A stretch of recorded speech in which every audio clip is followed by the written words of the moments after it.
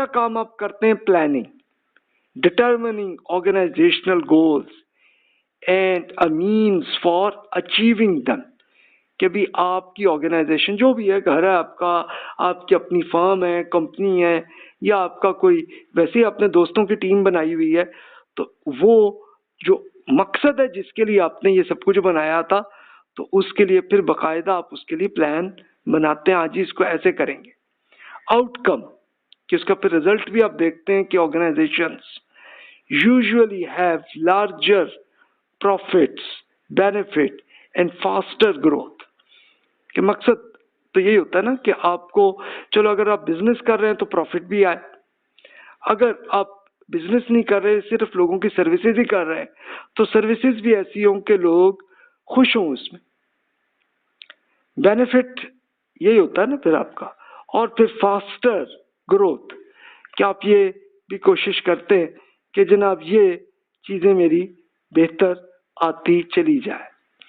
اس کے بعد آرگنائزنگ، پھر آپ آرگنائز کرتے ہیں اپنی ٹیم کو ہائر کرتے ہیں۔ اگر آپ ایک اپنا دوستوں کا گروپ آپ نے بنایا ہوا تو اس میں بھی آپ دوستوں کو ایڈ کرتے ہوتے ہیں، اور مقصد یہ ہوتا ہے کہ کام اچھے طریقے سے آئے۔ پھر لیڈنگ آپ کرتے ہیں، یعنی اب مینیجر بن گئے تو پھر آپ کو لیڈنگ بھی ہونی چاہیے تاکہ آپ لوگوں کو سمجھا بھی سکیں، ایکسپلین بھی کریں، ان کی ایک مینٹرنگ بھی کریں، ان کی ٹریننگ بھی کریں، اور تب جا کے آپ آہستہ آہستہ مینیجر سے بڑھ کے آپ لیڈر بن جاتے ہیں۔ Inspiring and motivating workers to work hard to achieve organisational goals, کہ آپ کی جو بھی آرگنائزیشن آپ نے بنائی ہوئی ہے، جو بھی آپ کی فرم، کمپنی یا گھر یا جو بھی آپ کا کوئی کالج ہے، جو بھی ہے، تو اس میں جو مقصد ہے وہ پورا ہوتا جائے۔ اور پھر مینجمنٹ کی سکلز کے اندر آپ کو کنٹرولنگ کی بھی ضرورت پڑتی ہے، کہ آپ مانیٹرنگ پروگرس، کہ کیا کام کیا، یہ ہو رہا ہے، کتنا ہوا، کیا ہوا، toward goal achievements, and taking corrective action, کہ اگر کوئی غلطی ہو گئی، کوئی پرابلم ہو گئی، اس کو بھی آپ ٹھیک کرتے چلے جاتے ہیں۔ تو اب آپ یہ دیکھیے کہ یہ مینجمنٹ کے وہ سکلز ہیں کہ جس میں بہت سی لیڈرز میں بھی ہوتی ہیں۔ تو اصل میں ہوتا یہی ہے کہ مینیجر ایک اچھے طریقے سے اپنے آپ کو ڈیولپ کرتا جائے تو وہ پھر لیڈر بن جاتا ہے۔ اس کے لیے آپ نے ایگزامپلس دیکھی ہوں گی نا، کہ کئی ایسے صاحب جو امپلائی تھے ایک کمپنی کے، اور آہستہ آہستہ ہوتے وہ چیف ایگزیکٹو آفیسر بھی بن گئے، سی او بھی بن گئے۔ تو ہوتا ہے نا کہ یہ عمر کے ساتھ ساتھ ایسا بھی آتا ہے، تو ایک طرح کے کہہ لیجئے تو پھر at the end of that وہ لیڈر بھی بن جاتے ہیں، ڈائریکٹرز بھی بن جاتے ہیں۔ تو یہ آپ کے لیے بھی انشاءاللہ ہو سکتا ہے۔ آپ نے، میرا عرض تو صرف یہ کہ آپ نے اپنی سکلز کو ڈیولپ کرنا ہے تاکہ یہ ساری آپ پہ بہتر آتا جائے۔ اب آئیے کچھ ایگزامپلس آپ کی خدمت میں ہسٹری کے لحاظ سے عرض کر دیتا ہوں۔ Management ideas and practices through out history, جتنی ہسٹری انسانوں کو پتہ ہے اس میں سب سے پہلے انبیاء کرام علیہ السلام کی ایگزامپل میں عرض کر دیتا ہوں۔ اگرچہ وہ نبی اور رسول تھے، لیکن وہ پھر اپنے صحابہ کرام کو مینج بھی کرتے تھے۔ جیسے موسیٰ علیہ السلام، وہ بنی اسرائیل کے رسول اور سب سے بالکل ٹاپ لیول کے تھے، اور ہوا یہ کہ انہوں نے پوری اپنی قوم کو آزاد بھی کروایا اللہ تعالیٰ کی مدد کے ذریعے۔ اور ہوا یہ کہ جو اس زمانے کے سب سے بڑے سپر پاور فرعون تھا، فرعون اور اس کی پوری پارٹی اور ان کی پوری ملٹری کو اللہ تعالیٰ نے ہلاک کر دیا تھا۔ لیکن اس کے بعد پھر موسیٰ علیہ السلام کی بڑی مشکلات کا پیریڈ آیا۔ ہارون علیہ السلام ان کے بھائی اور ان کے اسسٹنٹ اب کہہ لیں وہ تھے، اور پھر اب موسیٰ علیہ السلام کے دو شاگرد تھے، یوشع اور کالب۔ ان کو علیہ السلام بھی آپ کہہ سکتے ہیں، یا ان کو آپ رضی اللہ عنہم کہہ لیں، یعنی اس میں کچھ کنفرم ظاہر ہے قرآن مجید میں تو نہیں ہے، بائبل میں، بہرحال ان کو نبی کے لیول پہ ہی کہتے ہیں تو ہوں گے۔ تو بہرحال خلفائے راشدین تھے، اور انہوں نے بہت اچھے طریقے سے مینج کیا تھا پوری بنی اسرائیل کو، اور پھر پورا فلسطین انہوں نے پوری فتح کر دی تھی۔ یعنی یوشع اور کالب کی جو حیثیت وہ بن گئی تھی بنی اسرائیل میں، بالکل جیسے رسول اللہ صلی اللہ علیہ وسلم کے بعد ابو بکر اور عمر رضی اللہ عنہما کی بن گئی تھی، کہ وہ لیڈرز بھی تھے اور مینیجرز بھی تھے، وہ ان کے تھے۔ اچھا، پھر بنی اسرائیل میں اس زمانے میں پھر داؤد اور سلیمان علیہ السلام، ان کو اللہ تعالیٰ نے ان کے لیڈرز بھی بنایا، لیکن مینیج بھی وہی کرتے ہوتے تھے۔ 1000 to 930 BC کا زمانہ تھا، اور وہ پھر پوری اپنی بنی اسرائیل کو مینیج کرتے ہوتے تھے۔ اور سلیمان علیہ السلام کا جو ٹائم تھا وہ بہت اعلیٰ درجے کے عروج کا پیریڈ تھا بنی اسرائیل کی ہسٹری میں۔ اس کے بعد پھر جب ڈیزاسٹر آئے تو عزیر علیہ السلام وہ اللہ کے نبی تھے، اور یہ اس وقت یہ پورے بنی اسرائیل غلام بن چکے تھے عراق کے، تو 480 BC کے زمانے کے تھے عزیر علیہ السلام۔ انہوں نے ایک بہت شاندار طریقے سے لیڈرشپ بھی کی اور مینجمنٹ بھی کی، کہ اپنی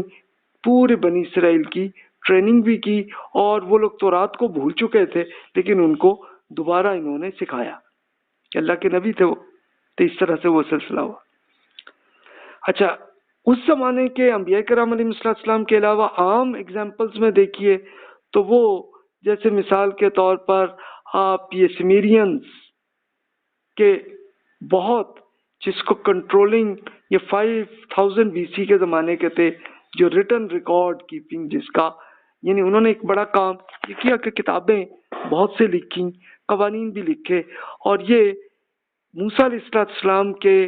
پردادا کے پردادا کے پردادا ابراہیم علیہ السلام اس زمانے میں انہی کے ساتھ عراق میں انہوں نے کیا تھا معاملہ۔ اس کے بعد پھر 4000 to 2000 BC میں ایجپشینز، اس کے فرعین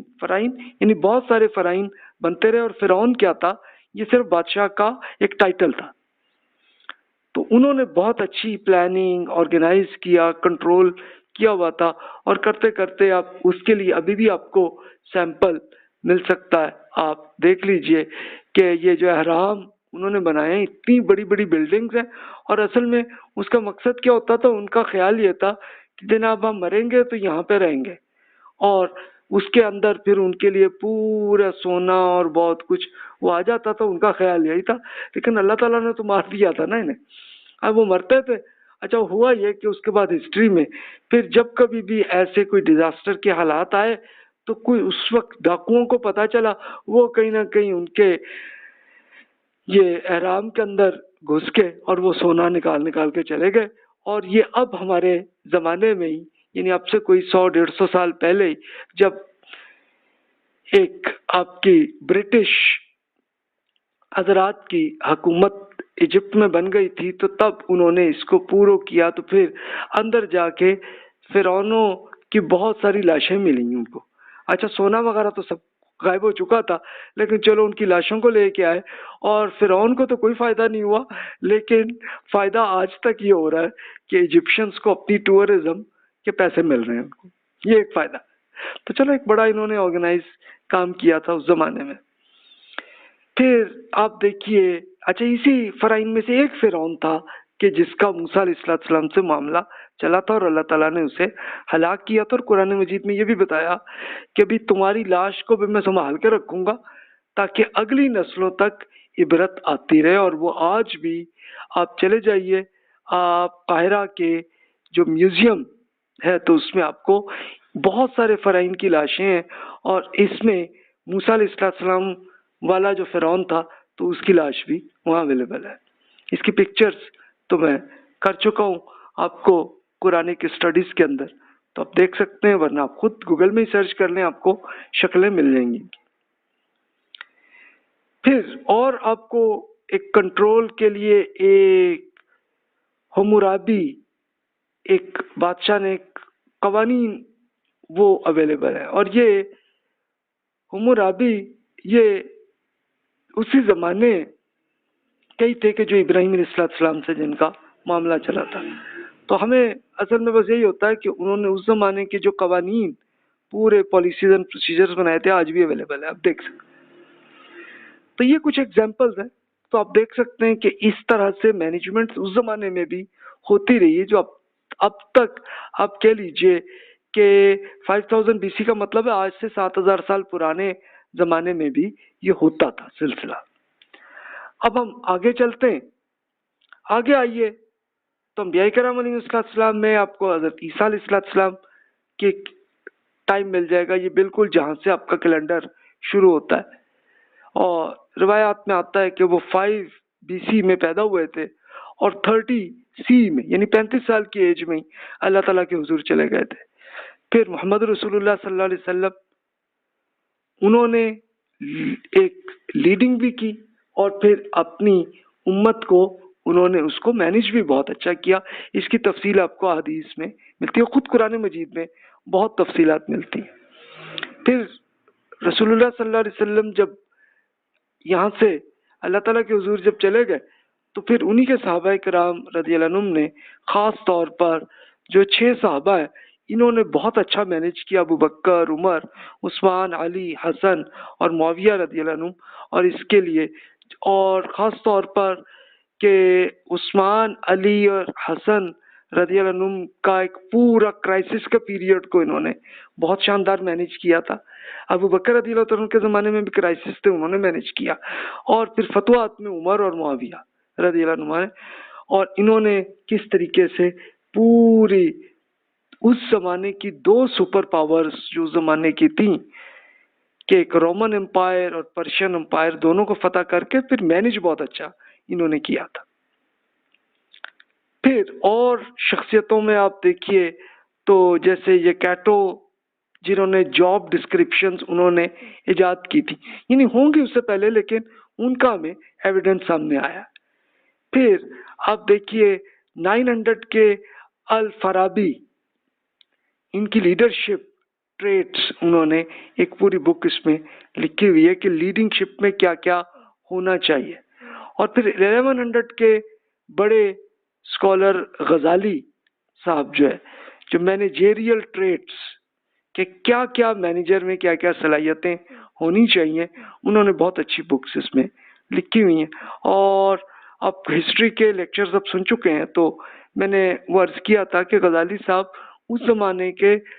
بہت بڑے سائیکیٹرسٹ تھے، اور اتنے بڑے کہ ان کی بکس آج بھی یورپ اور امریکہ کی یونیورسٹیز میں پڑھائی جاتی ہیں، اس کو اپنی اپنی زبانوں میں انگلش میں یا کسی اور لینگویج میں ٹرانسلیٹ کر کے اور وہ پڑھا رہے ہوتے ہیں اپنے اسٹوڈنٹس کو۔ تو امیجن کر سکتے ہیں کہ یہ دیکھیے کہ اس زمانے کی بھی سکلز تھیں۔ پھر اس کے بعد برباریگو، یہ یورپین تھے 1418 کے زمانے کے، different organisations, form and structure انہوں نے تفصیل سے بتایا۔ پھر وینیشینز، انہوں نے کنٹرولز کا ایک پورا میتھڈالوجی انہوں نے پوری وہ کی۔ پھر اس طرح سر تھومس، یہ غالباً برٹش تھے، انہوں نے Currituck of poor management and leadership, یہ واقعی پڑھنے کی ان کی کتاب ہے کہ برے مینیجر کیسے ہوتے اور لیڈر کیسے برے ہوتے، انہوں نے بڑی اچھی بک 1500 کے زمانے میں لکھی انہوں نے۔ تو پھر اس طرح مارکیاویلی یہ بڑے نیگیٹو شخصیت کے حساب تھے، تو یہ آرگنائزنگ اور لیڈنگ کی انہوں نے تفصیل سے وہ کی ہے، کوہیسونیس، پاور کیسے ہو اور لیڈرشپ ان آرگنائزیشن کیسے ہونے چاہیے، لیکن اس میں بڑے انیتھیکل انہوں نے طریقے وہاں پہ بتائے ہیں۔ تو بہرحال ان کی بک بھی آپ پڑھ لیجئے تو اس سے آپ کو آئیڈیاز ہو جائیں گے۔